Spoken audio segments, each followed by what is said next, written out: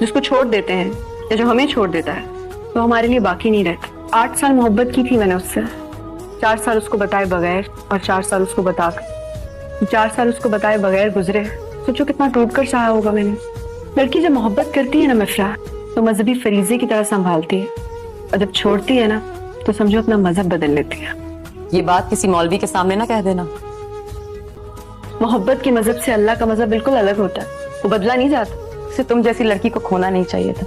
जिसको आगे बढ़ जाना आता हो उसे खो देने का हुनर आता है। वो आगे नहीं बढ़ा सकना। 2 कदम मेरी तरफ आए तो मुड़कर 3 कदम तुम्हारी तरफ जाता है। तो उसको जाकर बताइए मेरी तरफ लौट कर आने का फायदा नहीं है। क्या है कि मैं गैर मजहब की हो गई, और मोहब्बत में कोई गैर मजहब का हो जाए ना, किसी और मजहब के आदमी से मोहब्बत नहीं करता। 8 सालों की मोहब्बत में बेवफाई का हर गुनाह बख्श दिया उसको।